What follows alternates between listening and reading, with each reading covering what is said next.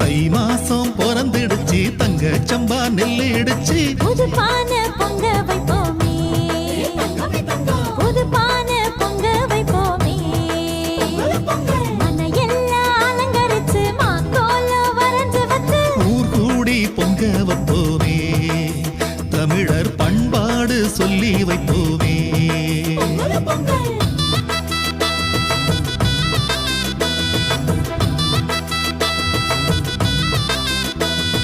உழைப்பை நம்பி வெல்லுவோம் உழவன் பெருமை சொல்லுவோம் கால்நடைக்கும் நன்றி சொல்லுவோம்